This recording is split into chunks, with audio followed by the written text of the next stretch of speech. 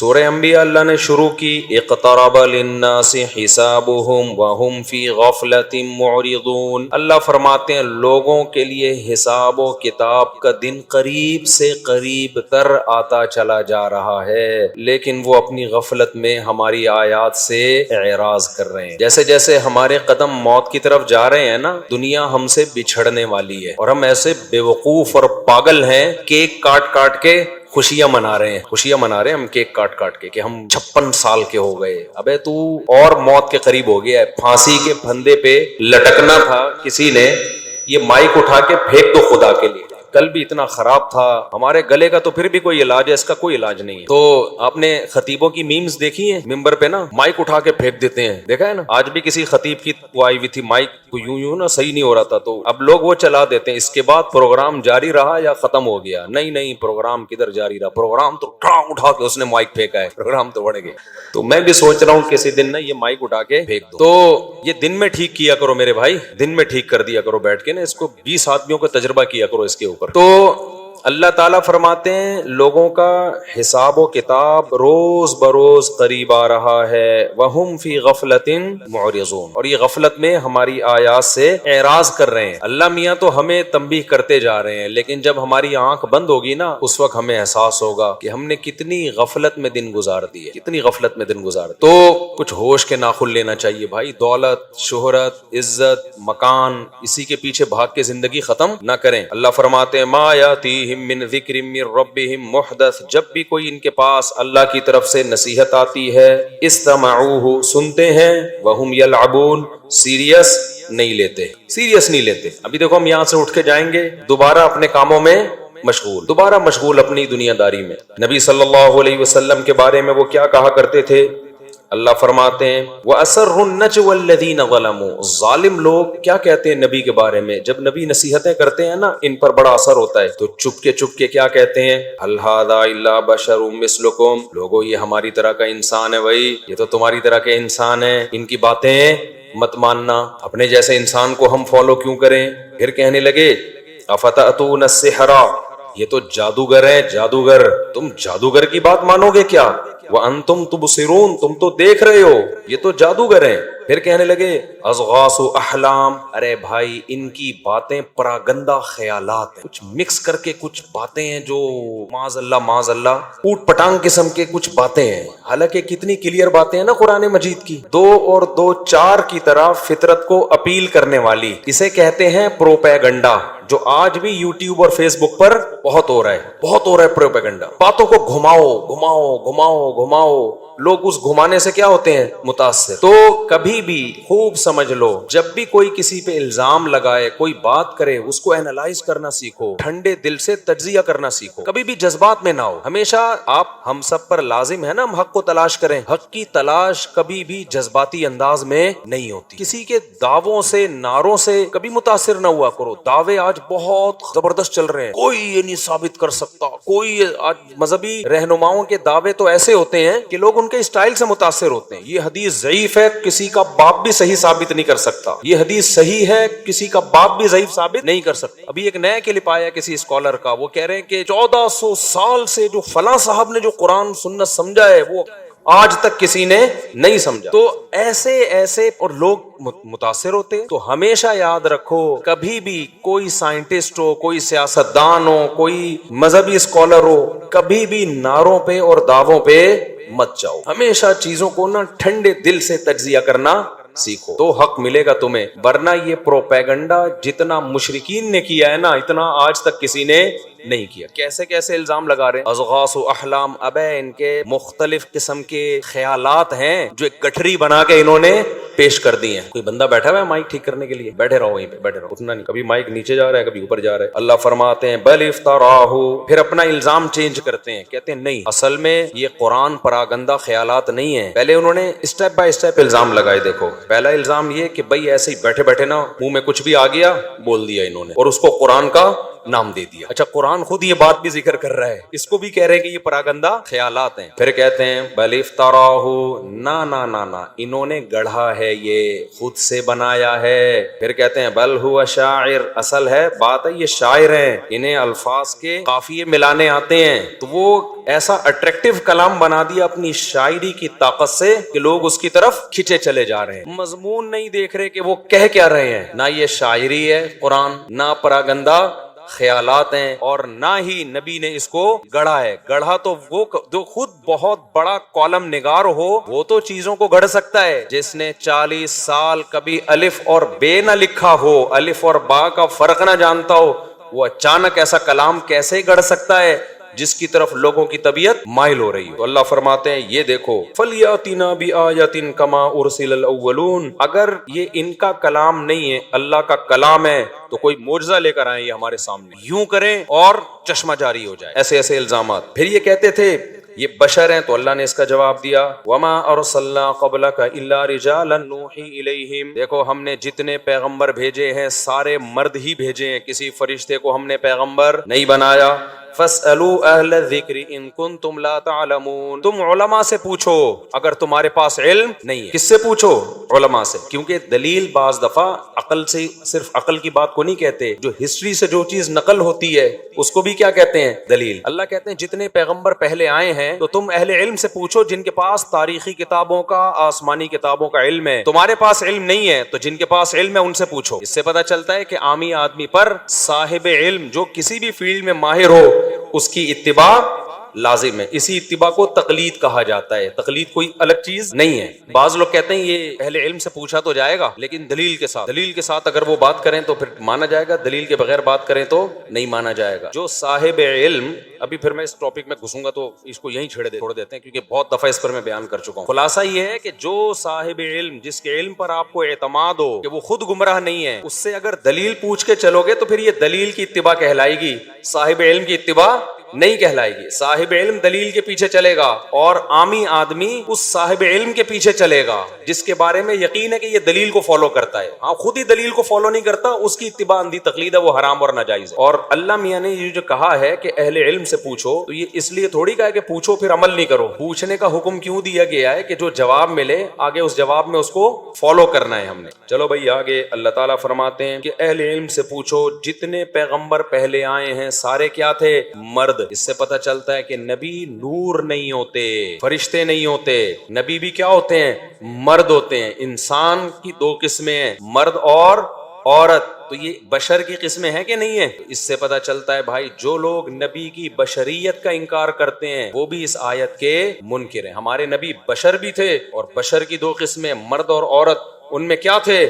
مرد تھے. کیونکہ دونوں جنسوں میں اللہ نے مرد کو عورت سے افضل بنایا ہے. فیمنسٹ لوگ آج کل کیا کرتے ہیں, عورت اور مرد کو ایک جیسا بنا دیا نا انہوں نے. تو اللہ نے پیغمبروں کو مرد اس لیے بنایا کہ مردوں میں کوالٹیز, بولو گھبراؤ نہیں, بار بار کہہ رہا ہوں, یہاں کوئی نہیں دیکھ رہا. تم پھر مجھے نیچے کمنٹس آتے ہیں یہ تو ہمیشہ مردوں کو فیور کرتا ہے, یہ آدمی عورتوں کے حقوق پہ تو کبھی بات ہی نہیں کرتا. میں جتنا خواتین کے حقوق پہ بات کرتا ہوں کوئی بھی نہیں کرتا. میں پائیدار بات کرتا ہوں, ہوائی بات پھینکتا نہیں ہوں خواتین کے حقوق کے نام پہ جو خام خامے پھینکے جا رہے ہیں. اور عورت اپنے آپ کو شوہر کے ماتحت سمجھے گی تو اس میں عورت کو بھی فائدہ ملے گا, کیونکہ مرد اسی عورت کو دل دیتا ہے جس کے بارے میں سمجھتے ہیں میری فرما بردار ہے. جب مرد کو پتہ چل جائے یہ مجھے اور اپنے آپ کو برابر سمجھتی ہے تو مرد اس سے وفا کرنا چھوڑ دیتا ہے. یہ مرد کی یہ فطرت ہے. وہ پھر وسیم سے شادی نہیں کر لیتا؟ کیا خیال ہے بھائی؟ وہ کہتا ہے جب یہ وسیم بھی اور میری بیوی جو ہے وہ دونوں ایک جیسے ہیں, اس کو ماتحت ہوگی تو مرد کی محبت ملے گی. اس کو کہے گا میرے ماتحت ہے, غلام نہیں ہے. ماتحت ہونا, دیکھو ہم حکومت کے ماتحت ہوتے ہیں, غلام تھوڑی ہیں ہم حکومت کے ماتحت ہیں. اگر آپ حاکم کی آنکھوں میں آنکھیں ڈال کے بات کرو اور اس کو رسپیکٹ نہ دو, بولے میرے تیرے میں کوئی فرق نہیں ہے, تو حاکم متاثر نہیں ہوگا, وہ آپ کے رائٹس دینا چھوڑ دے گا. تو اس لیے اللہ میاں نے عورت کو کہا کہ تم شوہر کی غلام نہیں ہو, لیکن شوہر سرپرست ہے اور تم اس کی, بولو, ماتحت. تو مرد اور عورت کی جنس میں مرد چونکہ افضل تھا تو اس لیے اللہ نے پیغمبروں کے لیے کون سے جنس کا انتخاب کیا؟ مرد کے جنس کا انتخاب. سمجھتے ہو کہ نہیں سمجھتے ہو؟ تو اللہ فرماتے ہیں وما جعلناہم جسدا لا یاکلون الطعام. مشرکین کہتے تھے یہ کیسے بشر ہیں، یہ کیسے پیغمبر ہیں، یہ تو کھاتے بھی ہیں پیتے بھی ہیں، یہ تو ہماری طرح ان کو بھوک بھی لگتی ہے. اللہ کہتے ہیں ہم نے ان سے پہلے جتنے پیغمبر بھیجے کسی کو ایسا جسم نہیں دیا کہ جو کھاتے نہ ہو. سب کو بھوک لگتی ہے، سب کے کو پیاس لگتی ہے. تو محمد صلی اللہ علیہ وسلم کو بھی بھوک بھی لگے گی اور محمد صلی اللہ علیہ وسلم کو پیاس بھی لگے گی. کوئی نئے پیغمبر تھوڑی ہیں جن کو ایک الگ جسم دے کے بھیجا ہو. اس سے علماء استدلال کرتے ہیں کہ بھوک پیاس کا لگنا دنیاوی ضرورتوں کا ہونا اور ان ضرورتوں کو پوری کرنے کی کوشش کرنا یہ نبوت کے منافی نہیں ہے. تو سوچو جب نبوت کے منافی نہیں ہے تو ولایت کے منافی کیسے ہو گیا؟ آج لوگ کہتے ہیں بزرگ ایسا ہونا چاہیے جو عجیب سا ہو، تھوڑا ڈفرنٹ اسٹائل کا بزرگ مارکیٹ میں ہونا چاہیے. لوگوں کے ذہن میں اتنے کپڑے لدے ہوئے ہوں، اوپر پگڑی، پھر چادر، پھر ادھر چادر، پھر ادھر، اس قسم کی چادروں میں لپٹا ہوا چل نہ سکے. تو یہ غلط تصور بزرگی کا ہماری کھوپڑی میں بیٹھ گیا ہے. بھائی ساری دنیاوی ضرورتیں جو ایک انسان کے بشری تقاضے ہیں وہ جب پیغمبروں میں ہوتے ہیں تو بزرگوں میں کیوں نہیں ہوں گے؟ بزرگ کو دوڑنے کا بھی دل کرے گا کیونکہ انسان کی جو باڈی ہے نا وہ اگر چلے پھرے نہیں، جیسے کھائے گی نہیں تو مرے گی کہ نہیں مرے گی، ایسے ہی انسانی باڈی کو چلنے اور دوڑنے کی بھی ضرورت ہے. میڈیکل سائنس کہتی ہے 24 گھنٹے میں دل کا ایک دفعہ زور زور سے دھڑکنا یہ دل کی صحت کے لیے انتہائی ضروری ہے. اب دھڑکے گا کیا؟ کرنٹ لگا کے دھڑکائے؟ چلے گا، دوڑے گا، بھاگے گا، کلابازیاں کھائے گا تو دل ایک دفعہ زور سے دھڑکے گا. اگر یہ نہیں ہوگا تو دل آہستہ آہستہ بیٹھنا شروع ہو جائے. تو اس کے لیے اب کیا کریں؟ کتا پیچھے بھگائے انسان اپنے. اس کے لیے ظاہر ہمارے نبی میدان جنگ میں گھوڑوں پہ سوار ہوئے، دوڑے بھی ہیں. امی عائشہ کے ساتھ آپ نے دوڑ کا مقابلہ کیا ہے. صحابہ دوڑتے تھے، سلمہ ابن اکوع گھوڑے سے تیز دوڑتے تھے. اور آج جو دینداری کا تصور دماغ اور کھوپڑی میں ڈال دیا ہے کہ یہ عالم ہیں، یہ مفتی ہیں، یہ چونکہ بہت بڑے بزرگ ہیں یہ دوڑ کیوں رہے ہیں. تو یہ جہالت ہے، بہت بڑی جہالت ہے. اس کو اپنی کھوپڑی سے بولو نکالو. جو نہیں دوڑ رہا اس پہ اشکال کرو کہ یہ کیسے بزرگ ہیں، ان کو تو کل ہارٹ اٹیک ہو جائے گا، ان کو تو کولیسٹرول کا ڈبہ بن جائیں گے. یہ دوڑنا ضروری نہیں ہے، چل واکنگ تو کریں نا. میں ایسے پیروں کو جانتا ہوں جس جگہ بیٹھے ہیں نا اب تک بیٹھے ہوئے ہیں، میں نے کبھی ان کو چلتے ہوئے نہیں دیکھا. ایسے پیر ہیں، ابھی میں کیا اشارے کروں پھر وہ بڑے مسئلے ہو جاتے ہیں. تو وہ بیٹھے ہوئے ہیں، مجھے تو لگ رہا ہے کہ زمین نے نیچے سے کھانا نہ شروع کر دیا ان کو. کبھی نہیں چلتے ہوئے دیکھا ان کو میں نے. تو بھائی یہ پروگرام نہیں ہے، یہ اسلام کا بنایا ہوا پروگرام نہیں ہے. نبی نے فرمایا کہ اللہ کو طاقتور مومن کمزور مومن سے زیادہ محبوب ہے. تو بھاگتا، دوڑتا، چلتا، اچھلتا، کودتا، سارے کام کرے انسان. عبادت کے وقت عبادت ہو، کھانے کے وقت کھانا ہو، نیند کے وقت نیند ہو، دوڑنے کے وقت دوڑنا ہو. تو مشرکین کے دماغ میں بھی نا یہ وہم بیٹھ گیا تھا کہ محمد صلی اللہ علیہ وسلم تو بازار میں جا کے خریداری کر رہے ہیں، یہ کیسے پیغمبر ہیں؟ اللہ نے کہا جتنے بھی پیغمبر ہم نے بھیجے سارے پیغمبر کھانا بھی کھایا کرتے تھے. وَيَمْشُونَ فِي الْأَسْوَاقِ، اور بازاروں میں خریداری بھی کیا کرتے. ہاں بازار بدترین جگہ ہے، بلا ضرورت جانا نہیں چاہیے. آگے اللہ تعالیٰ فرماتے ہیں کہ پھر اللہ نے پچھلی امتوں کی ہلاکتوں کا ذکر کیا. پھر اللہ تعالیٰ نے اس کائنات میں جو اللہ کی قدرت کے بے شمار دلائل ہیں ان کا بہت زیادہ تذکرہ کیا. اولم یر الذین کفروا ان السماوات والارض کانتا رتقا، کیا یہ کافر دیکھتے نہیں ہیں زمین اور آسمان بند تھے؟ ففتقناہما، ہم نے ان کو پھاڑ ڈالا، جدا کر. ایک جگہ قرآن میں اللہ کہتے ہیں کہ والسماء بنیناہا بأید وإنا لموسعون، ہم نے آسمان کو اپنے ہاتھوں سے بنایا، کنایا ہے وإنا لموسعون، اور ہم اسے وسیع کرتے چلے جا رہے ہیں. ان دو آیتوں میں واضح اشارہ ہے کہ یہ کائنات ایک جگہ ٹکی ہوئی نہیں ہے، یہ پھیلتی چلی جا رہی ہے. یہ بھی اللہ کی قدرت کی بہت بڑی دلیل ہے. اللہ فرماتے ہیں وما جعلنا لبشر من قبلک الخلد. مشرکین کہا کرتے تھے کہ محمد صلی اللہ علیہ وسلم کی بھی ایک دن وفات ہو جائے گی تو ان کا پروگرام سارا ختم ہو جائے گا آپ کی وفات کے ساتھ، تو صبر کر لو تھوڑے دن. تو اللہ نے فرمایا اے نبی، اللہ نے یہ نہیں فرمایا نہیں آپ پر تو موت واقع نہیں ہوگی. آج کل جتنے بھی مارکیٹ میں امام مہدی آ رہے ہیں نا ایک بھی نہیں مرتا. چند سال پہلے امام مہدی آئے تھے، وہ مرے تو مر گیا بیچارہ، تو اس کے بارے میں کہا مرے نہیں ہیں، غائب ہو گئے ہیں. جتنے بھی مارکیٹ میں امام مہدی آ رہے ہیں وہ مر نہیں رہے ہیں، وہ کہاں غائب ہو رہے ہیں.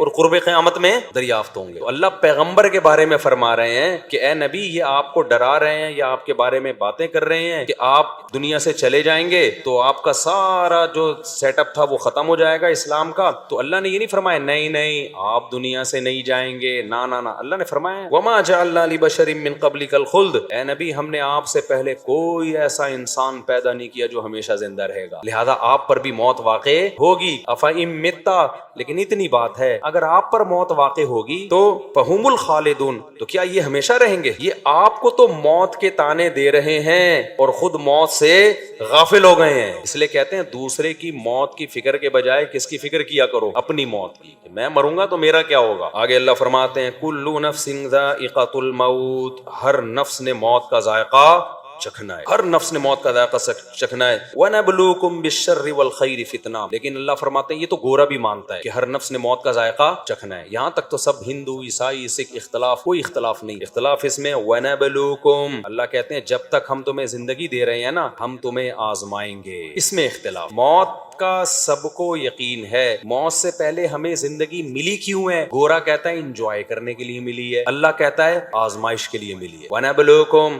ہم تمہیں آزمائیں گے، بالشر والخیر، خوشیاں دے کے بھی اور غم دے کے بھی، اور یہ فتنہ یہ آزمائش کے طور پر ہوں گی۔ وَإِلَيْنَا تُرْجَعُونَ، لیکن لوٹ کر بالآخر تم نے کہاں آنا ہے؟ ہمارے پاس ہی آنا ہے۔ جب گناہ پہ اجر ملتا ہے نا تو گناہ سے بچنے پر نیکی بھی بولو ملتی ہے۔ تو اللہ کہتے ہیں حل جزاء الاحسان الا الاحسان، یہ جنت کو تم سمجھ رہے ہو بھائی یہ تو بہت ہے، تو اللہ کہتے ہیں تم نے بھی تو کوئی کم نہیں کیا۔ احسان کا بدلہ کیا ہوتا ہے؟ احسان سے مراد یہ نہیں کہ ہم نے اللہ پہ احسان کیا، احسان کہتے ہیں عمل میں ایکسیلنسی، اچھا عمل کرنا۔ تو اللہ کہتے ہیں تم نے بھی تو اچھا عمل کیا ہے۔ تبھی میں کہتا ہوں جہاں اپنے گناہ پہ انسان کو ندامت ہونی چاہیے نا، وہاں اپنے اچھے کاموں پہ انسان کو خوشی بھی ہونی چاہیے، کیونکہ اللہ ہمیں خوشی دلا رہا ہوتا ہے اچھے کاموں پہ، جیسے دلا رہا ہے نا کہ تم بھی کیا کر رہے ہو؟ بہت سے کام اچھے کر رہے ہو۔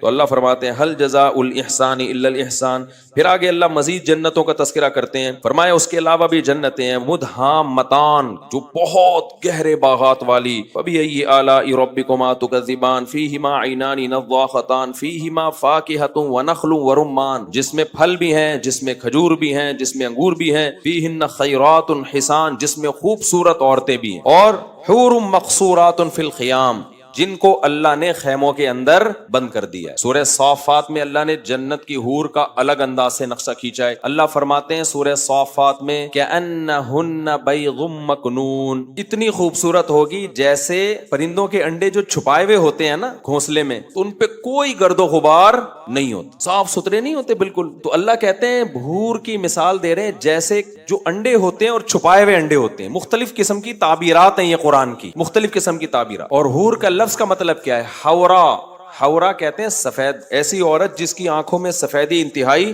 سفید ہو اور اس میں سیاہی انتہائی سیاہ ہو، اور بڑی آنکھوں والی۔ تو جتنے بھی دنیا میں حسن کی مثالیں دی جاتی ہیں، جن کو حسن کا معیار سمجھا جاتا ہے، وہ تمام چیزیں چاہے وہ ظاہری حسن سے متعلق ہوں یا باطنی حسن سے متعلق ہوں، وہ تمام کی تمام اللہ نے جنتی عورت میں پیدا کر دی۔ تو یہ سورہ رحمان میں اللہ نے کچھ جنت کا نقشہ کھینچا ہے، میں نے بہت زیادہ ڈیٹیل میں نہیں بیان کیا، آگے سورہ واقعہ میں بھی اللہ نے، لیکن سورہ واقعہ میں اللہ نے جتنا اہتمام سے جنت بیان کی اتنے ہی اہتمام سے جہنم کو بھی بیان کیا۔ تو ہم سورہ واقعہ کی طرف چلتے ہیں۔ اللہ نے فرمایا وَكُنْتُمْ أَزْوَاجًا ثَلَاثًا، جب قیامت قائم ہوگی تو تم 3 حصوں میں ڈیوائیڈ ہو جاؤ گے۔ ابھی تو ہم بہت سارے حصوں میں ڈیوائیڈ ہے نا، کوئی کالا ہے، کوئی درمیانہ ہے، کوئی گورا ہے، کوئی سانولا ہے، کوئی جب کلر بتایا جاتا ہے نا لوگوں کا، یہ اندھیرے میں نظر آتا ہے، یہ اندھیرے میں نظر نہیں آتا، اتنا ڈارک ہے کہ اندھیرے میں نظر نہیں آتا، یہ اتنا ہے ڈارک ہے لیکن اندھیرے میں پھر بھی نظر آ جاتا ہے، اور یہ اتنا وائٹ ہے کہ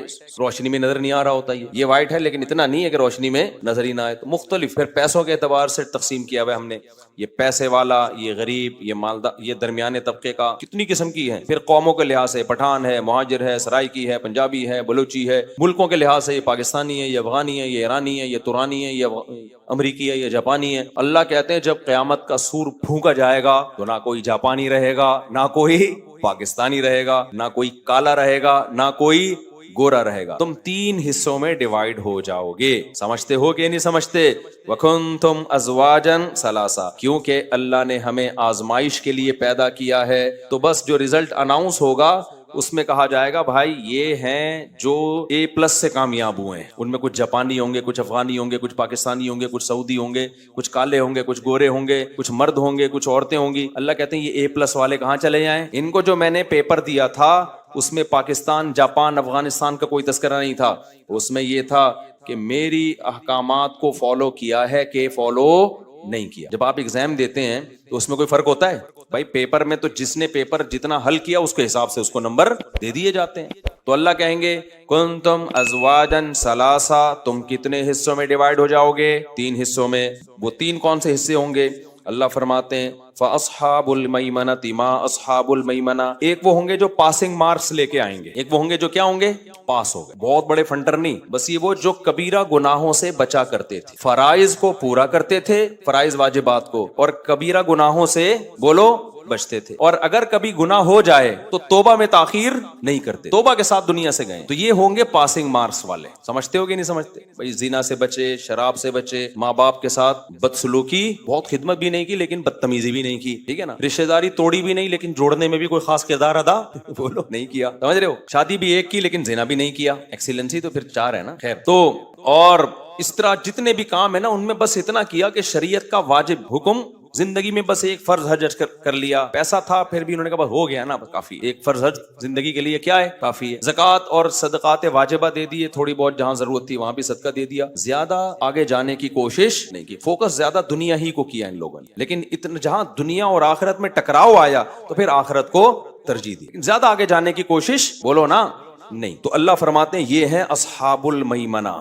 دائیں ہاتھ والے. آگے فرماتے ہیں ما اصحاب المیمنہ, واہ واہ کیا خوب ہیں دائیں ہاتھ والے. یعنی اتنا بھی کر لو تو یہ بھی تھوڑا بولو نہیں, یہ بھی جنت میں جائیں گے. اور وہ جنت تھوڑی بھی بہت زیادہ ہے, وہ تھوڑی بھی کم نہیں ہے. تو آگے اللہ فرماتے ہیں واصحاب المشأمہ, کچھ لوگ ہوں گے جن کو اعمال نامہ لیفٹ ہینڈ میں دیا جائے گا. یہ وہ لوگ ہیں جن کی برائیاں ان کی نیکیوں پہ زیادہ وزنی ہو گئی. کبیرہ گناہ کرتے تھے, توبہ کی توفیق نہیں ملتی تھی, نمازیں چھوڑ دیتے تھے, عورت بے پردہ رہتی تھی, جو بھی قطع رحمی, رشتہ داریاں توڑتے تھے, خونی رشتوں کو آپس میں لڑاتے تھے. یاد رکھو یہ چغلی جو ہے نا, چغلی ادھر کی ادھر, ادھر کی ادھر, یہ ہلکا جرم نہیں ہے. نبی نے فرمایا 2 شخصوں کے بارے میں کہ ان کو عذاب قبر ہو رہا ہے. ایک پیشاب سے احتیاط نہیں کرتے تھے, ناپاک جب رہے گا انسان تو نماز نہیں ہوگی نا. دوسرے کیا؟ یمشی بن نمیمہ, ادھر کی ادھر, ادھر کی ادھر. بعض لوگوں کی عادت ہوتی ہے ہر وقت نیگیٹیوٹی سوسائٹی میں پھیلاتے ہیں اور اچھے رشتوں کو آپس میں لڑا دیتے ہیں. میاں بیوی میں طلاقیں کروا دیتے ہیں. اور یہ کام میاں بیوی میں طلاقوں والا کام نندے اور بھابیاں جس اسٹائل سے کرتی ہیں,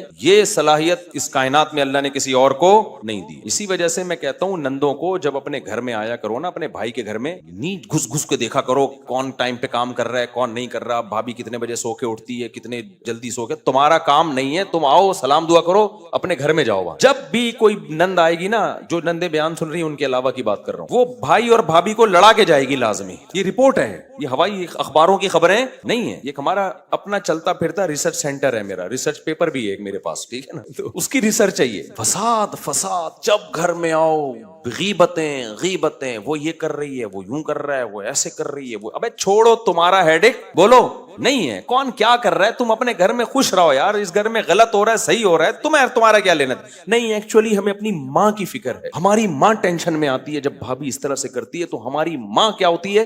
ابے جب تو لڑوا کے جائے گی نا تو تیری ماں زیادہ ٹینشن میں آئے گی, چھوڑ دے ان کو. تو ہر شخص, اور یہ بھابی کون سا, یہ جب اپنے ماں کے گھر جائے گی تو وہاں بھی یہ کیا کر رہی ہوتی ہے, وہی جو اس کے ساتھ ہو رہا ہے وہ وہاں پارسل کر دیتی ہے جا. تو اور دفتروں میں مرد یہ کام کر رہے ہوتے ہیں. مرد کون سا آج کل ٹھیک ہے, دفتروں میں ابے اس کی تنخواہ دے گا, نیا نیا آیا تنخواہ 1 لاکھ لے رہا ہے, یہی تو ہے. ہم نے 20 سال سے گھاس کھا رہے ہیں یہاں پہ. یار تمہیں کوئی اعتراض ہے, تم باس کو ایک لیٹر لکھ کے دو, سر میری تنخواہ بڑھا دو. یہ تمیز والا طریقہ ہے, سمجھ رہے ہو.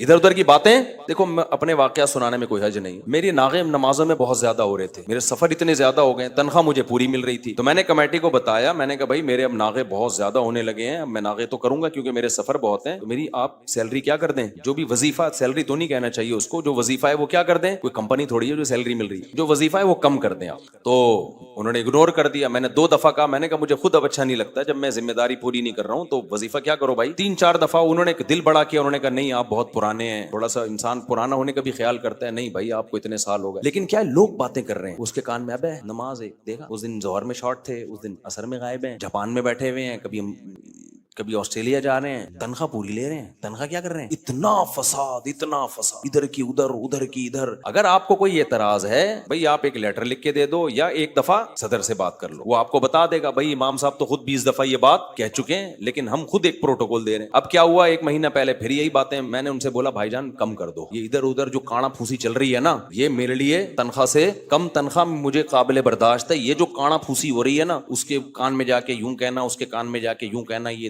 نماز پڑھا نہیں رہے، تنخواہ پوری لے رہے ہیں۔ میں نے کہا کم کر دو، انہوں نے الحمدللہ تقریباً ختم ہی کر دی ہے۔ تو مجھے خوشی ہے۔ اب اگر کوئی آ کے کان بھرتا ہے نہیں دیکھو تو بولو بھائی نہیں لے رہے تنخواہ، جاؤ۔ تو یہ فساد کی بات ہے۔ اگر میں یہ نہیں کہہ رہا سب کو اپنے حال پہ چھوڑ دیں، بہت کچھ غلط بھی ہو رہا ہوتا ہے، لیکن غلط کو ٹھیک کرنے کا ایک طریقہ ہوتا ہے۔ ادھر جا کے اس کے کان میں، ایک صاحب تو مسلسل بیٹھے ہوئے اس کام کے لیے، ادھر بیٹھے رہیں گے، فارغ لوگوں کا یہ کام ہوتا ہے۔ امام صاحب نے جو گارڈ وارڈ رکھے ہوئے ہیں، تیرا باپ، ان سے پوچھو ان کا باپ تنخواہ دیتا ہے، اس کی کہاں سے آ رہا ہے یہ تنخواہ کہاں سے آ رہی ہے ان کے پاس؟ پرسوں کسی نے روکا، وہ بولنے لگے گارڈ کو، کیا نبی صلی اللہ علیہ وسلم کے کوئی گارڈ تھے جن کے پاس رائفلیں لے کے گھومتے تھے؟ وہ گارڈ کو جا کے سمجھا رہے ہیں، اس کو تو موٹیویٹ کرو، بیٹا شاباش، ویل ڈن، جو شکایتیں ہم سے آ کے کرو نا، تنخواہ تو وہ پوری لے گا، اس کے بعد جب اس کو احساس ہوگا یار ہم فالتو ہیں، ٹھیک ہے نا، ہم تمہارا تو کوئی کام نہیں، تو فساد ہوگا کہ نہیں ہوگا؟ تو یہ بہت خطرناک چیزیں ہوتی ہیں لڑوانے والی۔ جو اعتراض ہے بھائی اس سے جا کے کرو، نہیں کر سکتے تو چپ کر کے آرام سے بیٹھے۔ یہ مرغیاں کیوں پالی ہوئی ہیں، یہ انڈے، یہ کوئی مرغی کھانا ہے؟ ہر وقت اوٹ پٹانگ نیگیٹو باتیں، گاڑی کہاں سے آ گئی؟ یہ تو میں نے اتنا فیئر میں ان میں رہا ہوں کہ میں نے لوگوں کو خود کہا ہوا ہے بھائی جو پوچھنا ہے مجھ سے پوچھو، میں انشاءاللہ ہر سوال کا جواب دینے کے لیے تیار ہوں، تاکہ مجھ پہ کوئی انگلی نہ اٹھے کہ کوئی چندے کے پیسے تو نہیں دائیں بائیں کر دیے۔ اس کے بعد یہ حال ہے، اس کے بعد مجھ سے نہیں پوچھ رہے ہوتے، کبھی ادھر جا کے پوچھ رہے ہیں، وہی ہے کہ یہاں سے ایک تار لگا کے نا نکال کے، جو مائک تو ابھی تمہارے خراب چل رہا ہے، تو یہ ہر جگہ ہوتا ہے بھائی۔ اپنے کام سے کام رکھو، اگر سوسائٹی میں کچھ غلط ہو رہا ہے تو جو بھی اس امور کے ماہرین ہیں، جو اس کے ذمہ دار ہیں، ان تک ایک دفعہ اپنی بات آرام سے پہنچا دو۔ ہو سکتا ہے آپ کو غلط فہمی ہو رہی ہو، وہ غلط فہمی آپ کی دور ہو جائے۔ ادھر ادھر باتیں نہ کرو، بہت لڑواتے ہیں، بدگمانیاں۔ اور ہمارے جامعہ میں ایک استاذ تھے، وہ ناغے بہت کرتے تھے، اب ان کے بارے میں یہ دیکھو، یہ اپنا کام بندہ کرے نہیں، دوسروں کی غیبتیں کرتا رہے۔ ٹیچر نے بلایا، انہوں نے بولا ہمیں پتہ ہے یہ ناغے کرتے ہیں، ان کا کام یہ ہے نہیں، ان کو ایک ایسی آسان سی ہم نے کتاب دی ہے جو ناغوں کے ساتھ ہی پڑھائی جائے گی، ٹھیک ہے نا، لیکن ان کو ہم نکال نہیں رہے کیونکہ ان سے ہم دوسرے کام بہت زیادہ لے رہے ہیں۔ تو بات کلیئر ہو گئی۔ تو یہ جو نمیمہ ہے نا، چغل خوری، اس کے کان میں جا کے کچھ، یہ دفتروں میں بہت ہوتی ہے۔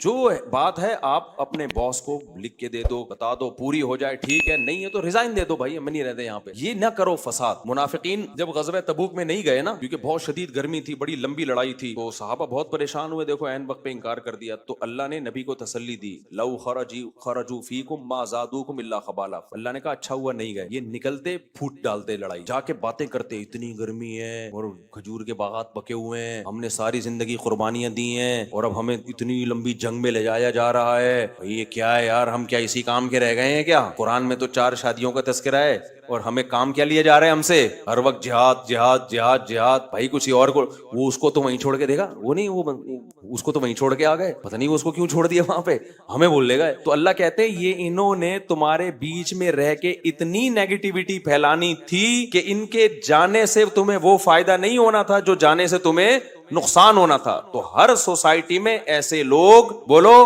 ہوتے ہیں، گھر میں بھی ہوتے ہیں۔ سے کہنا پڑتا ہے بعض مائیں بھی لڑاتی ہیں اپنے بچوں کو، یہ بھی ایک گراؤنڈ ریئلٹی ہے۔ مائیں خود اپنے بچوں کے خلاف ایک دوسرے کے کان بھر رہی ہوتی ہیں، وہ بھی یہ کام کر رہی ہوتی ہیں۔ باپ بعض دفعہ کر رہا ہوتا ہے یہ کام، اپنے بچوں کے ایک دوسرے کے خلاف نفرتیں پیدا کر رہے ہوتے ہیں۔ اب یہ غلط ہے، نہ باپ کے لیے جائز نہ ماں کے لیے جائز ہے۔ تو سارا پروگرام اسی سیٹ اپ پہ چل رہا ہے ہمارا۔ تو اللہ تعالیٰ کیا فرماتے ہیں، یہ میں نے اس لیے بتایا کہ یہ بھی کبیرہ گناہ میں داخل ہے، اس کو ہماری سوسائٹی میں گناہ نہیں سمجھا جاتا۔ تو اللہ کہتے ہیں جو کبیرہ گناہوں سے نہیں بچے تو ان کے گناہوں کا پلڑا بھاری ہو گیا اور نیکیوں کا پلڑا ہلکا ہو گیا۔ تو وہ ہیں اصحاب المشأمہ، وہ ہیں بائیں ہاتھ والے، جن کو اعمال نامہ کہاں دیا جائے گا؟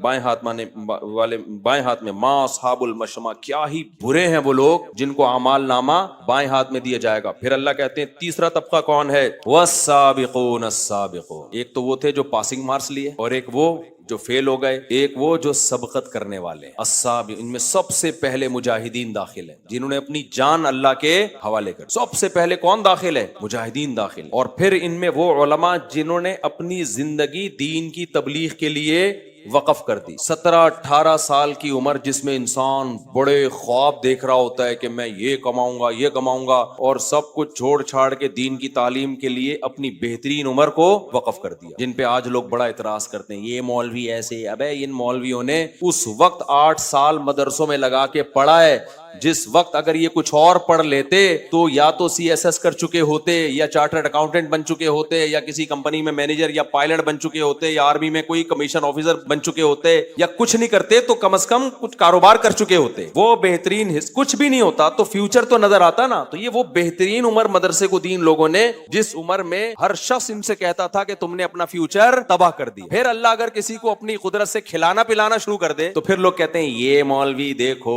گاڑیوں میں گھومتے ہیں, یہ مولوی دیکھو 4 شادیوں سے کم بات کرتے ہی نہیں ہیں, یہ مولویوں کی عیاشی, فلاں کو دیکھو اتنا بڑا آفیسر تھا وہ دین کی خدمت کر رہا ہے. وہ تو سمجھ میں آتا ہے بھائی جان, اگر اتنی عیاشی مولویوں کی ہے تو آپ بھی اپنے ایک آدھ بچے کو کیا بنا دو, مولوی بنا. پھر میں بار بار بتاؤں کہ مولویوں میں 2 نمبر بھی ہوتے ہیں, میں مانتا ہوں, میں ان کی بات نہیں کر رہا. وہ جو ہوتے ہیں, تبھی میں نے تو بتایا جس مولوی کی 4 بیوی میں تو ایسے ہی کان کھڑے جاتے ہیں, میں نے اللہ خیر کرے پتہ نہیں کہاں سے پیسہ کما رہا ہے. تو ہر مولوی کی میں بات نہیں کر رہا. 2 نمبری مولویوں میں جو جس قسم کی 2 نمبری ہوتی ہے وہ تو پھر 2 نمبری میں ایکسیلنسی, آپ کہتے ہیں نائس ٹو میٹ یو, ایسا 2 نمبر میں نے مارکیٹ میں جو مدرسوں کے نام پہ, یتیم خانوں کے نام پہ, اور پتہ نہیں کیا کس کس نام پہ ہوتی ہے. تو میں بڑے علماء کی بات کر رہا ہوں جنہوں نے اپنی زندگیوں کو وقف کیا. تو جب وہ وقف کرتے ہیں تو بعض دفعہ اللہ ان کو دنیا بھی دے دیتا ہے, اور بعض دفعہ دنیا نہیں دیتا لیکن دین کی خدمت ان سے لے لیتا ہے. میجورٹی کو تو دنیا نہیں ملتی. میرے تو اساتذہ اور مشائخ میں زیادہ تر وہ ہیں جو پہلے بھی غریب تھے, اب بھی کیا ہے,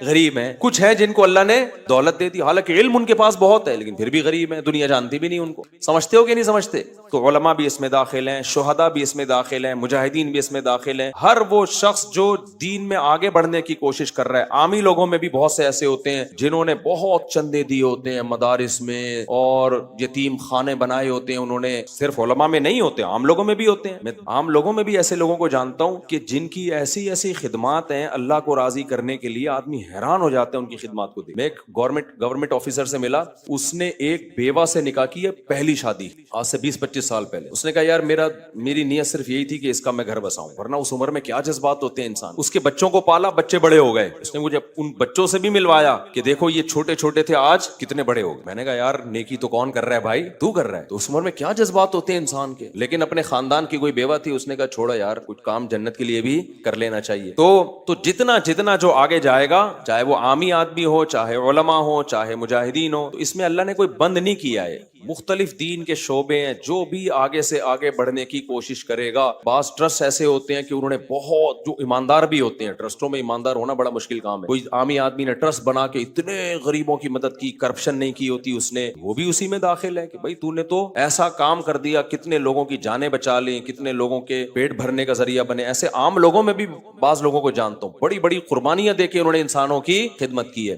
تو ایسے تمام لوگ کس میں داخل ہیں؟ والسابقون السابقون. تہجد پڑھنے والے بھی اس میں, صرف زکات نہیں دیتے, اضافی صدقے بھی کر رہے ہوتے ہیں. تو اللہ کہتے ہیں جو سبقت لینے والے ہیں وہ تو سبقت, یہ بلاغت دیکھو. اللہ کہتے ہیں جو دائیں ہاتھ والے کیا خوب ہیں وہ ہیں بھائی, ان کی اللہ تعریف کر رہا ہے. بائیں ہاتھ والے کیا برے ہیں لو, ان کی اللہ کیا کر رہا ہے, برائی. سبقت کرنے والوں کے بارے میں یہ کہنا چاہیے تھا بہت خوب ہے وہ, نہ, اللہ نے کہا سبقت کرنے والے تو سبقت کرنے والے, ان کی تعریف کی ہمیں ضرورت. بولتا کیوں نہیں ہے بھائی؟ نہیں ہے. سمجھتے ہو کہ نہیں سمجھتے؟ ان کی تعریف کی ہمیں ضرورت نہیں ہے. ان کو کیا ملے گا؟ اولئک المقربون. سب سے پہلی بات, یہ لوگ اللہ کے مقرب ہیں. فی جنات النعیم, عیش کے باغات میں. ثلۃ من الاولین وقلیل من الاخرین. اللہ کہتے ہیں یہ پہلے لوگوں میں بہت ہوں گے, جیسے جیسے قیامت قریب آئے گی مارکیٹ میں شارٹ ہوتے چلے جائیں. صحابہ تابعین میں یہ بہت تھے, اور آج لوگ صحابہ ہی تابعین کو سب سے زیادہ مذاق اڑاتے ہیں کہ ان کو کیا پتا تھا دین کا, حدیث میں تو یہ آتا ہے, اور ان لوگوں نے دین کو تبدیل کر دیا, یہ کر دیا. وہ صبح بیان کر رہے تھے نا, کہ مولانا صاحب بیان کر رہے تھے نا آج فجر میں, کتنی زبردست بات کی انہوں نے, کہ بعض لوگ کہتے ہیں چند صحابہ نیک تھے, باقی تو سارے معاذ اللہ منافق تھے. انہوں نے کہا یہ منافق تھے تو ایران کیا تمہاری ماں کو جہیز میں ملا تھا کیا؟ یہ ایران تو صحابہ نے فتح کیا ہے نا, اتنی قربانیاں دی ہیں. اور ازبکستان جو ہے وہ مہر میں ملا تھا. صحابہ جو پوری دنیا میں گئے ہیں, تو آپ کا کیا خیال ہے, ان کو مٹھائی کے ڈبوں سے ان کا استقبال کیا گیا ہے. اسلام کی دعوت کو لے کر گئے تو تلواریں چلی آگے, زخم ایک ایک جنگ میں صحابہ تابعین میں بعض دفعہ 10,000 بھی شہید ہوئے ہیں. اتنی بڑی بڑی قربانیاں منافق لوگ نہیں دے سکتے. بہت بڑی قربانی. عبداللہ ابن مبارک کا ایک بڑا زبردست واقعہ ہے. عبداللہ ابن مبارک بھی تبع تابعین میں سے ہیں. امام ابو حنیفہ کے شاگردوں میں, اور امام حنیفہ کی شان میں پوری نظم لکھی ہے عبداللہ ابن مبارک نے. عبداللہ ابن مبارک کا واقعہ ہے. عبداللہ ابن مبارک جو تھے نا بڑے محدث ہیں, بڑا ان کا حدیث کی کتابوں میں ان کا نام آتا ہے. فقیہ بھی تھے, محدث بھی تھے. یہ 4 مہینے یہ انہی لوگوں میں داخل ہیں جو والسابقون میں داخل ہیں. یہ کیا کرتے تھے, 4 مہینے تجارت کر کے پیسہ کماتے تھے تاکہ لوگوں کے سامنے ہاتھ بولو. یہ جاب نہیں کرتے, یہ کیا کرتے تھے, تجارت, کیونکہ تاجر اپنی مرضی سے چلتا ہے. جاب والے کو تو چھٹی نہیں ملے گی جہاد کرنے کی. تو 4 مہینے یہ کیا کرتے تھے, تجارت. 4 مہینے علم حاصل کرتے تھے, دین کا علم, اور 4 مہینے ان کے جہاد کے لیے وقف تھے تاکہ دین کا علم بھی بڑھتا رہے. تبھی تو اتنے بڑے محدث بنے. یہ عربی کے بہت بڑے شاعر بھی تھے یہ تو. اور پھر 4 مہینے اللہ ان کی تجارت میں برکت بھی بہت دیتا تھا. جب انسان اللہ کے لیے خرچ کرتا ہے تو برکتیں بھی بہت ہوتی ہیں. تو بڑے مالدار بھی تھے. وہی دولت جہاد میں خرچ کرتے. جب حج پہ حاجیوں کو لے کے جاتے تو ان پہ بھی بہت خرچ, غریب حاجیوں کا سارا خرچہ خود اٹھایا کرتے تھے. تو 4 مہینے جب یہ جہاد کرتے نا تو کیسا جہاد ہوتا تھا ان کا. ان کا ایک واقعہ ہے کہ کہیں لڑائی ہو رہی تھی تو عیسائیوں میں نا کوئی بہت طاقتور نہیں ہوتا, حل میں مبارز, جنگ میں پہلے یہ نعرہ لگایا جاتا تھا. جو بڑے طاقتور قسم کے ہوتے تھے نا جنگ شروع ہونے سے پہلے, وہ کہتے تھے کوئی ہے جو مجھ سے لڑ کے دکھائے. ظاہر ہے وہ کوئی کمزور آدمی تو آئے گا نہیں. اس کو پتا تھا کہ میں یا سامنے والے میں سے قتل ہوگا تو آگے جنگ شروع ہوگی. بہت بہادر آتا تھا. تو ایک بڑا بہادر سامنے نکل کر آیا اور کہنے لگا کوئی ہے مجھ سے لڑنے والا. مسلمان فوجیں دیکھ رہی ہیں تو مسلمانوں میں کوئی گئے مجاہد بہادر, وہ لڑے لیکن وہ شہید ہو گئے. اس نے ان کو شہید کر دیا. پھر دوسرا آیا وہ بھی شہید مسلمانوں میں. تیسرا آیا وہ بھی شہید. مسلمانوں کی ذلت. تو راوی جو اس روایت کے راوی ہیں نا وہ کہتے ہیں کہ میں نے ایک شخص کو دیکھا جس نے ڈھاٹا باندھا ہوا ہے. ڈھاٹا اس لیے باندھا ہوا تاکہ میری بہادری لوگوں کے سامنے بولو نہ آئے, لوگوں کو نہ پتا چلے. گا آج ہم ذرا سا کام کر رہے ہوتے ہیں نا, کیمرے کے سامنے یوں کر کے آ رہے ہوتے ہیں, یوں کر کے نا, اس کو ہٹا بے آگے سے ہٹو, یوں کر کے اس طرح آ رہے ہوتے ہیں. سمجھ رہے کہ نہیں سمجھ. تو وہ راوی حدیث کے جو اس روایت کے راوی ہیں وہ یہ کہتے ہیں کہ میں نے دیکھا کہ ایک شخص ڈھاٹا بندھا ہوا ہے, منہ چھپایا ہوا ہے نا تاکہ میری بہادری پتہ نہ چلے, اور آیا اور اس کافر کو قتل کر دیا. لڑائی ہوئی, دونوں کی تلواریں چلیں, اس کو مار دیا. کافروں کی طرف سے پھر دوسرا آیا, اس نے اس کو بھی قتل کر دیا. تیسرا آیا, انہوں نے اس کو بھی قتل کر دیا. اور یہ 3 بندے قتل کر کے یہ واپس مجاہدین کے صف میں گھس گئے, چھپ گئے تاکہ لوگوں کو پتہ نہ چلے کہ میں کون ہوں. کہتے ہیں میں تعاقب میں تھا کہ بھائی میں اس بندے کو نہیں چھوڑوں گا. کہہ رہے میں قریب جا کے جب ان کا نقاب ہٹایا ہے نا تو وہ عبداللہ ابن مبارک تھے. بڑے محدث بھی تھے, فقیہ بھی تھے. تو دیکھو کیسے زندگی کو انہوں نے مینج کیا. گھر بھی چلایا, 4 مہینے پیسہ کمایا, بھائی بیوی بچے بھی. یہ نہیں انہوں نے, یہ لوگ کرتے تھے کہ ایکچولی ہمیں شادی نہیں کرنی ابھی چونکہ مجاہدین ہیں, جہاد ہے, اپنی ریاست اسٹیٹ کو ہم نے بلندیوں پہ لے جانا ہے, یہ بچے پیدا کرنا یہ ترقی یافتہ قوموں کا کام نہیں. ان کو پتا تھا بھائی جس طرح سے شہادتیں ہو رہی ہیں, نئی نسل ہوگی تو ہماری جگہ سنبھالے گی, نئی نسل ختم ہو گئی تو ہماری جگہ کوئی بھی نہیں سنبھالے گا. اور دوسری بات کہ آج ہم شادی کر کے کسی بیوہ کو ٹھکانہ نہیں دیں گے تو کل ہماری عورتیں بھی تو بیوہ ہو سکتی ہیں, ہمارے بچے بھی تو در بدر کی ٹھوکریں کھا سکتے ہیں. تو جو ریاست ہوگی, اسٹیٹ ہوگی, وہ مجاہدین کے جہاد کے لیے فنڈ جمع کرے گی, ان کے بیواؤں کا خیال کرے گی. اس پہ تو ریاست پہ اتنا بوجھ آ جائے گا. پرانی جہادی تنظیموں کا مجھے یاد ہے کہ کوئی آئے میرے لیے کہنے لگے اتنی ہمارے پاس بیوہ عورتیں ہیں جن کا فنڈ چاہیے ہمیں. تو میں نے کہا ان کی مجاہدین سے شادی کراؤ نا, ان کی شادی کراؤ. تمہارا سارا خرچہ تو کس میں خرچ ہو رہا ہے, بیواؤں کی کفالت میں خرچ ہو رہا ہے. تو صحابہ کرام کے ہاں یہ سیٹ اپ نہیں تھا, بیواؤں کی کفالت کا اسٹیٹ پہ بوجھ بولو نہیں تھا, نہ ان کو جاب کرنی پڑتی تھی. تو مجاہدین نکاح کرتے تھے, کوئی بات نہیں بھائی شہید ہو گیا دوسرا اس کی بیوہ سے نکاح کر لے گا, وہ شہید ہو گیا تیسرا اس کی بیوہ سے. یہ کمبختی نحوست ہندوؤں سے ہم میں آئی ہے کہ ایکچولی کر کے نا ابے لگے ہاتھوں سارے کام ہوں گے, بچے بھی اسپیڈ سے پیدا ہوں گے, بیوہ عورتوں کے نکاح بھی ہوں گے, آپ جتنے مصروف ہو, میدان جنگ میں ہو, تجارت میں ہو, CSS کر رہے ہو, چارٹرڈ اکاؤنٹنٹ بن رہے ہو, MBA کر رہے ہو, شادی ساتھ ساتھ چلتی رہے گی. سمجھتے ہو کہ نہیں سمجھتے؟ کوئی کام رکے گا نہیں, رک گئے تو بڑھ گیا پروگرام, بڈھے ہو جاؤ گے اور پھر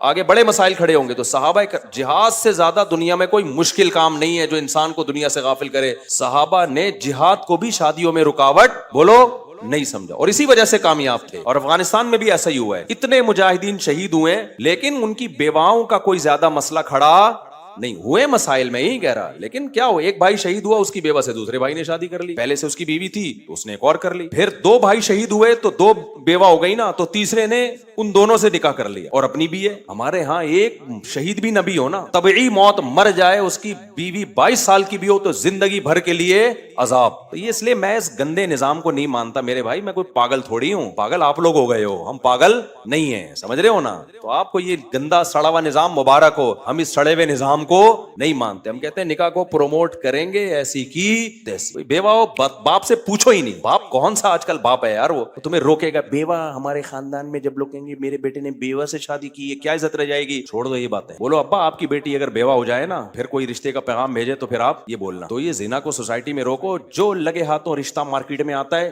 نمٹاؤ اس کو, سمجھ رہے ہو. ہاں جو اچھا لگے, ایسا نہ ہو بیوہ کے چکر میں ایسی سے کر لو جو اچھی نہیں لگ رہی ہے آپ کو, پھر ایک مسئلہ, کیونکہ بیوی ہے نا بہرحال, وہ اٹریکشن بھی تو ہو. بعض دفعہ بیوہ اچھی ہوتی ہے, بعض دفعہ طلاق یافتہ اچھی ہوتی ہے, بعض دفعہ کنواری کی طرف دل آتا ہے. جہاں دل آئے اٹھا کے فوراً پکڑا دو اس کو. یہ دل آج سے کس کا ہوا بھائی, آپ کا ہوا. وہ کہے گی ابا سے پوچھا کہ ابا سے پوچھتے رہیں گے, آپ نکاح کر لیں. ایسا نہ ہو کہ قائد اعظم کے مزار پہ لے جاؤ, سمجھتے ہو. تو سوسائٹی کی ایسی کی کیا کر دو, تیسی کر بھاڑ میں جائے یار. سڑا ہوا گندا پلید نظام جس میں 22 سال میں لڑکی بیوہ ہوتی ہے اور 44 سال تک وہ نکاح کی کوئی امید نہیں ہوتی. جاب کرتی ہے, جاب میں ہر جگہ دفتروں میں لوگ اس پہ گندی نظریں ڈال رہے ہوتے ہیں, اپنے سے زیادہ اس کو اپنی چھوٹی بیٹیوں کی فکریں ہوتی ہیں. سڑا ہوا غلیظ نظام نامنظور, اور اس میں چنگیز خان بننا پڑے گا تمہیں. یہ تمیز سے ہونے, میں نے جب شادی کی تھی تمیز سے واللہ نہیں کی تھی. میں نے جب دوسری شادی کی, آپ کیا سمجھ رہے, میں دولہا بن کے جا رہا تھا, صحرا میرے گلے میں تھا اور مجھے گھوڑے پہ بٹھا کے, پہلی تو ایسے ہوئی ہے, صحرا میرا تو وہاں بھی نہیں تھا لیکن عزت سے ہوئی ہے. دوسری تھوڑی ایسے عزت سے ہوتی ہے. کوئی صحرا گلے میں نہیں تھا, چھپتے پھر رہے تھے, موسٹ وانٹیڈ بنے ہوئے تھے, دھمکیاں آ رہی تھیں. اتنی بےزتی ہوئی ہے کہ بےزتی کا احساس کیا ہو گیا تھا, ختم. کہیں سے عزت مل جائے اس کی بھیک مانگ رہا تھا. لوگوں سے پوچھتا تھا بھائی میں نے غلط کیا ہے, لوگ کہتے تھے غلط نہیں کیا. ایک رشتہ دار تھے, ان کو میں نے بتایا کہ مجھے گالیاں پڑ رہی ہیں. تو انہوں نے کہا کام کیا, کیا آپ کو مٹھائی کھلائیں گے کیا آپ کو اس کام میں. ہم نے کہا ایسی کی بھاڑ میں جاؤ یار, جب اللہ کی اجازت ہے اور سوسائٹی میں اس کا فائدہ ہے, جاؤ بھاڑ میں, تمہاری ایسی کی تیسی. میں نے تو ایسا مزہ آیا مجھے. پھر جب زیادہ بےزتی ہوتی ہے نا تو بےزتی لیس ہو جاتا ہے یار. شروع میں بہت ڈپریشن میں آ جاؤں, میری نیندیں اڑی ہیں کہ میں نے کیا ہے یار. مجھے ایسا لگ رہا تھا مجھ سے بڑا اس کائنات میں ظالم کوئی نہیں ہے. لیکن جب میں دلائل میں غور کرتا اور حالات دیکھتا, میں کہتا یار بالکل ٹھیک کیا. اتنی ڈپریشن میں گیا. اس کے بعد جب لوگوں نے ٹارچر کیا, تانے, 1-1.5 سال تو سمجھاتا رہا ہوں کہ بھائی لوگ مان جائیں پھر میں کروں گا یہ کام. سوسائٹی میں ماحول بناؤں. لوگ مجھے کہتے ہیں پہلے سوسائٹی کو ٹھیک کرو, سوسائٹی میں سارے رشتہ دار مان جائیں گے, پھر کوئی بھی نہیں مانتا. یہ دماغ سے نکال دو. زنا کرو گے لوگ کہیں گے توبہ استغفار کر لے, بس. نکاح کرو گے کوئی بھی نہیں مانے گا. تو ہم نے کہا جاؤ یار, اس سوسائٹی کی ایسا مزہ آیا. پھر میں موسٹ وانٹیڈ بنا. پھر میں گریبان پڑھ کے نا تھوڑا ٹیڑھا کر کے, ٹوپی بھی ٹیڑھی کر کے, ہم تو ہیں ہی غلط. لوگ مجھے کہتے تھے یہ کیا شے, کیونکہ اب تو پھر بھی تھوڑا رواج ہو گیا ہے, سوسائٹی میں ایکسپٹ ہونے لگا ہے. میں نے جب کیا تو اس وقت تو یہ لفظ سننا کوئی پسند نہیں کرتا تھا. علماء حیران ہوتے تھے ابے کیا کر رہا ہے. تو اس لیے الحمدللہ اپریشیٹ بھی علماء نے کیا, یہ نہیں. تو اس سے پھر ایسا حوصلہ بڑھانا 2 ہو گئی. میں نے کہا تمہارا باپ روک کے دکھائے, تیسری کروں گا ایسی کی تیسی. ہم جب گندے ہیں نا تو پھر گندے ہی ہیں, ہم جب برے ہیں تو پھر کیا ہیں. تو مجھے لوگ کہتے تھے یار یہ 2 شادیوں کے علاوہ کوئی کام ہی نہیں, ہر وقت شادی. میں نے کہا میرا شادیوں کے علاوہ کوئی کام نہیں ہے, جاؤ. پھر 15 اب جا کے ٹکاؤں میں. تو اب تو اللہ نے اجازت بند کر دی ہے نا, ورنہ میں کہاں ٹکا. تو پھر وہ آدمی بےزتی لیس ہو جاتا ہے, ٹھیک ہے نا. تو میں یہ مذاق نہیں کر رہا میرے بھائی, یہ سوسائٹی کی بولو ضرورت ہے. تو ان حضرات کی, حضرت عثمان جب شہید ہوئے ہیں نا, گردن ان کی کاٹی گئی ہے, اللہ اس بدبخت کو جہنم میں ڈالے جس نے یہ ظلم کیا. اس وقت بھی ان کے نکاح میں 4 عورتیں تھیں. صحابہ کرام نے کسی مصروفیت, کسی ٹینشن کو نکاح میں رکاوٹ نہیں سمجھا. یعقوب علیہ السلام کتنے اپنے بیٹے کے غم میں غمزدہ تھے, اس کے بعد بھی امام احمد بن حنبل سے روایت ہے کہ انہوں نے نکاح کیا اس دوران بھی. تو مسلمان کسی چیز کو نکاح میں رکاوٹ نہیں سمجھ, ایک چیز کو رکاوٹ سمجھتا ہے کہ کوئی رشتہ ہی نہ دے رہا ہو. اب آپ غریب ہیں تو کوئی رشتہ دے گا ہی نہیں. تو پھر اس کے لیے میں کہتا ہوں کچھ کما لو بھائی تاکہ رشتہ مل جائے, کیونکہ نہیں کماؤ گے تو فرشتہ آئے گا, رشتہ نہیں آئے گا. اس لیے خیر جلدی سے ہم اس کو مکمل کرتے ہیں میرے بھائی. تو یہ کبیرہ گناہوں سے بچنے کے لیے نا یہ سب چیزیں ضروری ہیں سوسائٹی میں, اس لیے میں اس کو اتنا زیادہ پروموٹ کرتا ہوں. ورنہ آپ کی شادی سے مجھے تو ایک لڈو بھی نہیں ملتا, مجھے کیا فائدہ ہوگا. آپ شادی کرو گے تو مجھے کیا ملے گا, کچھ بھی نہیں ملے گا مجھے. مٹھائی ویسے ہی میں نہیں کھاتا, اگر میں مٹھائیاں کھا رہا ہوتا تو شادی بھی نہیں کر رہا ہوتا. پھر میں, جو لوگ بہت مٹھائیاں کھاتے ہیں نا تو لڈو کی طرح کیا ہو جاتے ہیں, گول ہو جاتے ہیں. تو گلوکوز کا ڈبہ ہوتے ہیں وہ, صحیح ہے. جو گلوکوز کا ڈبہ بن جائے تو اس کے جسم میں طاقت ویسے بھی ختم ہو جاتی. ہاں ہر بھاری جسم والا گلوکوز کا ڈبہ نہیں ہوتا, یہ میں بار بار کہتا ہوں بھائی. بھاری جسم تو بہت سے محدثین کا بھی تھا, علماء کا بھی تھا, وہ نیچرلی ہوتا ہے بعض لوگوں کا, وہ ایک الگ بات ہے. کھا کھا کے مٹھائیاں پھوڑ پھوڑ کے ڈبے کھا کھا کے اگر موٹے ہوئے ہو نا, یہ والا موٹاپا اسلام میں پسندیدہ نہیں. چلیں جلدی سے اس کو مکمل کر لیں بھائی, بہت ہو گیا یار آج. اللہ تعالیٰ فرماتے ہیں کہ جو جنت میں کیا ہوگا, یہاں بھی اللہ نے فرمایا کہ گاؤ تکیے لگے ہوئے ہوں گے, یہ عالی شان تختوں پہ بیٹھے ہوئے ہوں گے, یا یطوف علیہم ولدان مخلدون. خدمت والے کیسے ہوں گے؟ دیکھو جب آپ کسی غریب ہوٹل میں جاتے ہو، خدمت والا آتا ہے، ایک کندھے پہ رومال ہوتا ہے، کسی ناک صاف کر رہا ہوتا ہے. صاحب کیا چاہیے؟ آپ کیا بولتے ہو؟ بھائی کیا کیا ہے، انڈا کو ڈالا ہے، فلانا کو ڈالا، پوری گردان پڑھنا شروع کرتے ہیں، آپ کے سمجھ میں نہیں آتی. پھر آپ بولتے ہو جو لے آ یار تو کچھ بھی لے. کوئی اٹریکشن نہیں ہوتی اس کے اندر. لیکن جب آپ کسی اچھے ہوٹل میں جاتے ہو، 3 پیس سوٹ ٹائی میں بڑا تمیز سے بندہ ہے، سر آپ کیا چاہتے ہیں، تو مینیو آپ کے سامنے لا کے رکھ دیتا ہے. پھر آپ بتاتے ہیں انگلش میں نا اس کو،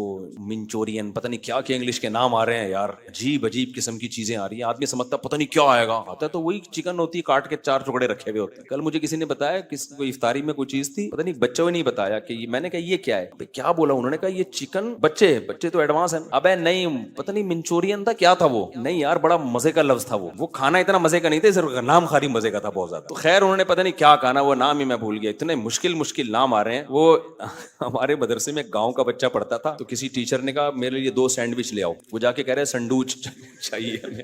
مجھے آ کے کہہ رہا ہے کہ یار انہوں نے کیا منگوایا ہے، سنڈوچ. میں نے کہا سنڈوچ نہیں ہوتا بھائی. تو کہہ رہے سیدھے سے بولو ڈبل روٹی میں انڈا رکھ کے لے آؤ یار، یہ بولو. تو پتہ نہیں کوئی چکن منچورین کر کے کچھ تھا. خیر تو کیا کہہ رہا تھا میں، کہاں سے کہاں وہ چلی جاتی. ہاں تو میں کہہ رہا تھا ہوٹل میں جو ویٹر ہوتا ہے نا، اس کی ڈریسنگ کا بھی ایک اثر ہوتا ہے. جب وہ آتا ہے تمیز سے ملتا ہے، تمیز سے اس کی ڈریسنگ ہوتی ہے، اس کے بال بنے ہوئے ہوتے ہیں، نہایا ہوا ہوتا ہے، وہ کوئی بدبو شدبو بغلوں کا تو اللہ ہی حال جانے، تو اوپر سے بہرحال بڑا اچھا لگ رہا ہوتا ہے. تو یہ ہوٹل والے یہ انتظام کیوں کرتے ہیں بھائی؟ کسٹمر ایسا ماحول دیکھ کے کیا ہوتا ہے، خوش ہوتا ہے. تو اللہ کیا فرماتے ہیں، جنت میں جو خدمت کے لیے میں نے لوگ رکھے ہوں گے، یطوف علیہم ولدان مخلدون، وہ خوبصورت بچے ہوں گے، اتنے پیارے خوبصورت بچے ہوں گے کہ سورہ دہر میں اللہ نے فرمایا اذا رأیتہم حسبتہم لؤلؤا منثورا، جیسے خوبصورت موتی کے دانے جب تسبیح ٹوٹتی ہے نا، اس کے دانے کیسے بکھرتے ہیں، تو ایسے وہ ایسے لگے گا جیسے موتیاں ہیں جو جنت میں اللہ نے بکھیر دی ہیں. خوبصورت موتیوں کی لڑیاں ہیں جو جنت میں اللہ نے بکھیر دی. ایسے خوبصورت پیارے بچے وہ کس کام کے لیے ہوں گے؟ خدمت کے لیے.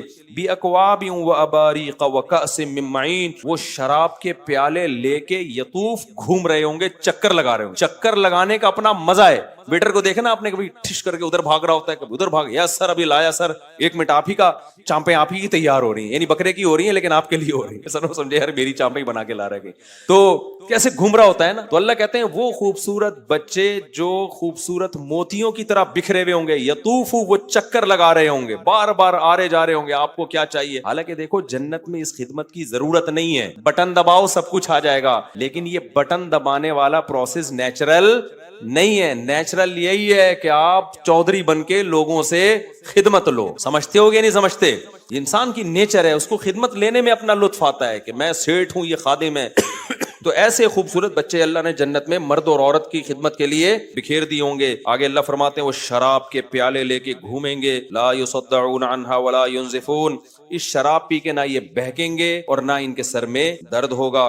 وفاکہۃ مما یتخیرون، اور ایسے پھل جو چاہیں گے، یہ جس طرح کے پھل چاہیں گے ان کو ملیں گے. ولحم طیر مما یشتہون، اور جس پرندے کا گوشت کھانا چاہیں گے وہ پرندے کا گوشت ان کو ملے گا. وحور عین، اور آئینہ کہتے ہیں بڑی آنکھوں والی، اور بڑی اور سفید آنکھوں والی گورے رنگ، حور کا مطلب گورے رنگت والی، گورے رنگت والی حوریں ہوں گی. کامثال اللؤلؤ المکنون، اللہ کہتے ہیں وہ حوریں ایسی ہیں جیسے موتیوں کو کسی نے چھپا دیا ہو. یہ چھپانے کا لفظ کیوں؟ کیونکہ موتیاں کھلی ہوتی ہیں تو ان پہ گرد و غبار آ جاتی ہے. آپ کو عجیب بات بتاؤں، میڈیکل سائنس نے بھی یہ پروف کیا ہے کہ عورت پردہ کرے گی تو اس کی اسکن محفوظ رہے گی، پردہ نہیں کرے گی تو چہرے کی اسکن محفوظ، جو پردے دار عورتیں ہیں نا ان کا چہرہ محفوظ رہتا ہے. کیونکہ عورت کی اسکن دھوپ سے بہت جلدی خراب ہوتی ہے، آدمی کی نہیں ہوتی خراب. مرد و مزدور گھنٹوں مزدوری کرتے ہیں. تو بعض خواتین اب اس چکر میں اسکن بچانے کے لیے ماسک پہن کے نا اپنے باڈی پہ پتہ نہیں کیا کیا لگا کے نا، وہ اوپر ایلو ویرا اور جیل ویل لگا کے جا رہی ہوتی ہیں. بھائی اللہ تعالیٰ نے حکم دیا پردہ کر لو، اس سے تمہاری اسکن بھی کیا ہوگی، مرد اور عورت کی ایک جیسی اللہ نے جسامت. کچھ چیزیں مردوں کے لیے زیادہ نقصان دہ نہیں، عورت کے لیے بہت ہے، کیونکہ اس کی فطرت ہے پردہ کرنا. تو اس لیے اللہ نے کہا کہ امثال اللؤلؤ المکنون، ایسے جیسے چھپائے ہوئے موتی جن پہ کوئی گرد و غبار نہیں ہوتا. آگے اللہ فرماتے ہیں جزاء بما كانوا يعملون. وہی بات ہے، اللہ اتنا پروٹوکول کیوں دے رہا ہے بھائی؟ تو بھائی ایک نماز پہ 50 روپے دے دیتا، تہجد پہ 100 روپے پکڑا دیتا، کافی ہو جاتا. صحیح ہے نا؟ اللہ کہتے ہیں نہیں، جو کام انہوں نے کیا ہے نا دنیا میں، سب گناہ میں مست تھے اور یہ برائیوں سے بچ رہے تھے، تو اس کا یہ بدلہ ہے جو ان کو دیا جائے گا. آگے پھر اللہ نے جو اصحاب الیمین کو نعمتیں ملیں گی، جن کو اعمال نامہ دائیں ہاتھ میں، ان کی نعمتوں کا تذکرہ کیا. وہاں بھی اللہ نے جنت کی حوروں کا بھی تذکرہ کیا. پھر اللہ نے آگے اچھا جنت کی حوروں کے بارے میں اللہ نے ایک بھائی اترابا، ہم عمر ہوں گی. کیا ہوں گی؟ تو عورت کا، بیوی کا آپ کے ہم عمر ہونا یہ بھی اٹریکشن کا ذریعہ ہے، لیکن اصل میں آپ کا مینٹل لیول اور آپ کی بیوی کا مینٹل لیول ایک جیسا ہو تو محبت زیادہ ہوتی ہے. سمجھتے ہو کہ نہیں سمجھتے ہو؟ تو اللہ نے فرمایا کہ جنت کی حور اور آپ کی عمر کیا ہوگی؟ سیم، یعنی لیول کیا ہوگا دونوں کا ایک جیسا ہوگا.